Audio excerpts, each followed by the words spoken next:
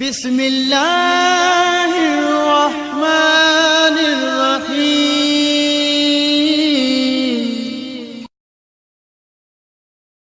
औज़ु बिल्लाहि मिनश्शैतानिर्रजीम। बिस्मिल्लाहिर्रहमानिर्रहीम। अल्हम्दुलिल्लाहि रब्बिल आलमीन वस्सलातु वस्सलामु अला रसूलिहिल करीम व आलिहि तय्यबीन अत्ताहिरीन अल मासूमीन। अम्मा बाद फ़क़द क़ाल सुब्हानहु व तआला फ़ी किताबिहिल मजीद। बिस्मिल्लाहिर्रहमानिर्रहीम। इन्ना आतैनाकल कौसर। मोहतरम नाज़रीन, जीअं त अयाम फ़ातिमिया जे सिलसिले सां जनाब सैयदा जी मुसीबत जे बारे में चंद राइज़ पेश कंदासीं त दुनिया जी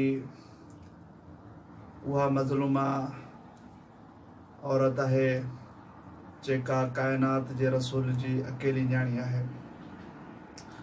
जनाब सैयदा ते कहिड़ा कहिड़ा मसाइब आया उन खां पहिरीं मुक़दमतन असां जनाब सैयदा जी फ़ज़ीलत वाज़े करियूं ताकी ख़बर पए त उम्मत मुस्लिमा कहिड़ी शख़्सियत ते ज़ुल्म कया।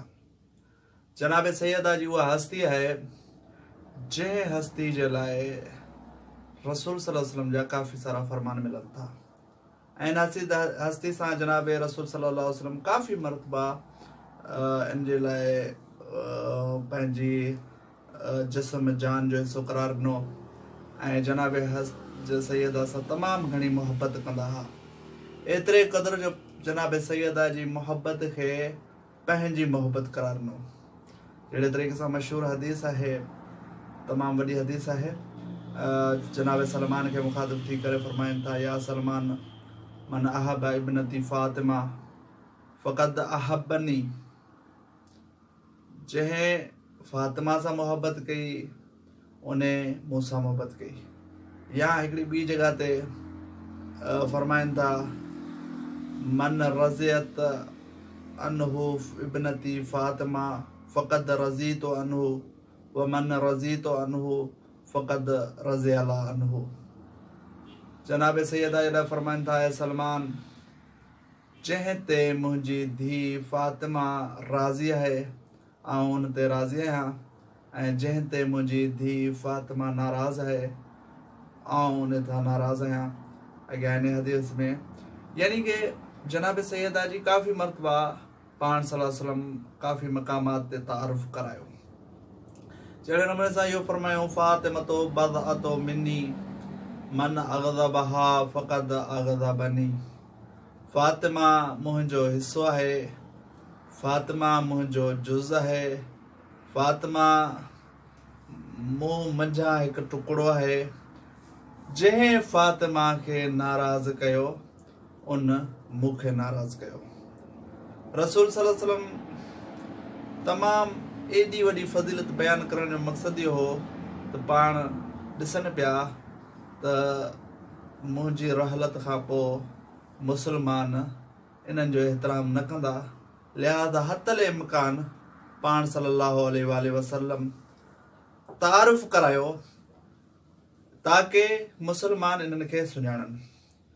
इतरत तय्यबा खे अहल बैत अलैहिस्सलाम खे सुञाणण जी ख़ातिर हतल इम्कान पाण सल्लल्लाहु अलैहि वसल्लम कोशिशि कई। जेका कोशिश काफ़ी रिवायतूं आहिनि, बाब अबवाब भरिया पिया आहिनि। ख़ुसूसन जनाब सैयदा जे लाइ पाण सल्लल्लाहु अलैहि वसल्लम तारुफ़ करायो, मन अरफ़हा फ़क़द अरफ़हा व मन लम यअरफ़हा फ़हिय इब्नती फ़ातिमा। ख़ुतबे जे दरमियान जनाब सैयदा जो तारुफ़ करायूं, जेको हिनखे ॼाणे थो सो ॼाणे थो, जेको नथो ॼाणे उहो ॼाणे वठे त हीअ मुंहिंजी धीउ फ़ातिमा आहे। ऐं उन खां अलावा काफ़ी सारा जनाब सैयदा जी ख़िलक़त जे बारे में जेके आहिनि जनाब रसूल सल्लल्लाहु अलैहि वसल्लम तारुफ़ करायो। इन जो मक़सदु इहो हो त इहा अज़मत मुस्लमाननि जे ज़हननि में रासिख़ थी वञे ऐं मुस्लमाननि ते मसाइब न ढालनि। अहिड़े ई नमूने सां ख़ुसूसन उन वक़्तु जॾहिं पाण सल्लल्लाहु अलैहि वसल्लम खे इहा ख़बर पइजी चुकी हुई त मुस्लमाननि जा रवैया सही न आहिनि, मुसलमाननि जा रवैया सख़्त थी चुका। छो जो जॾहिं जनाब रसूल सल्लल्लाहु अलैहि वसल्लम जो आख़िरी वक़्त ताईं बीमारी जी हालत, यानी बीमारी जी हालत उहा हालत हूंदी आहे जंहिं हालत में इंसान पंहिंजा अहम उमूर जेके आहिनि बयानु कंदो आहे। आख़िरी जेको वसियत जो टाइम हूंदो आहे उनमें अहम उमूर, उन्हनि अहम उमूर जा रसूल सल्लल्लाहु अलैहि वसल्लम जेको अमर बयानु कयो उहो फरमाइनि था कागज़ ऐं कलम खणी ॾियो ताकी तव्हांखे अहिड़ी शइ लिखी ॾियां जो तव्हां मूंखां पोइ गुमराह न थियो।